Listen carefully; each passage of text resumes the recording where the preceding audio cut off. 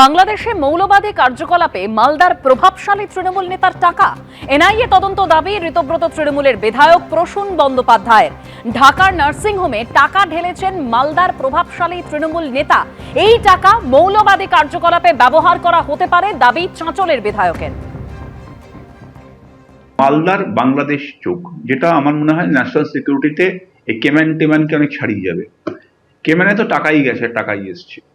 বাংলাদেশে কি শুধু টাকা পাচার হয়েছে, না বাংলাদেশে ন্যাশনাল সিকিউরিটির পক্ষে বিপজ্জনক তথ্য পাচার হয়েছে in the interest of business? ধরা যাক একজন পলিটিক্যাল নেতা, তিনি মালদায় বসে আছেন রুলিং পার্টির একটা বেশ শক্তপোক্ত পদে, তিনি বাংলাদেশে ইনভেস্ট করলেন।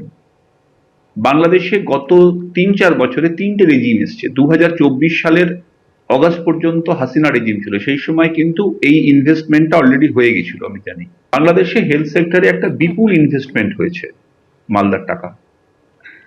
তাহলে এবার বাংলাদেশে 2024 অগাস্ট পর্যন্ত হাসিনা গভর্নমেন্ট ছিল, যেটা মোরলে ডেমোক্রেটিক একটা গভর্নমেন্ট, সেখানে কিছুটা মানে ঠিক আছে, আমি বুঝলাম যে তাদের একটা ডেমোক্রেসির মধ্যে দিয়ে হলো একটা কিছু।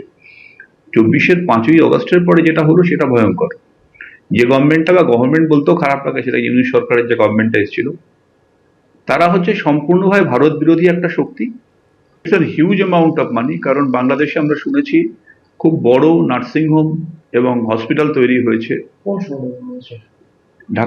ঢাকাতেই জানা যাচ্ছে, ঢাকার আশেপাশে, ঢাকার উপকণ্ঠে। যে ইনভেস্ট করেছে কি জেলার নেতা না কলকাতার নেতা? ডিস্ট্রিক্টের। কি ভালো পোস্টে ছিলেন? ভালো ইম্পর্টেন্ট, সর্বোচ্চ বা সর্বনিম্নটা বলবো না, কিন্তু অবশ্যই ইম্পর্টেন্ট পোর্টফোলিও হোল্ড করতেন তৃণমূল কংগ্রেস। আমি চাইছি এটা ন্যাশনাল সিকিউরিটির ক্ষেত্রে তদন্ত জয়েন্টলি ইডি এবং এনআইএ করুক। একদম ইডি এটাকে এসিআইআর ড্রন আপ করে এটাকে তদন্ত করুক, আর এনআইএ দেখুক যে ন্যাশনাল সিকিউরিটি কোনো ব্রিচ হচ্ছে কিনা।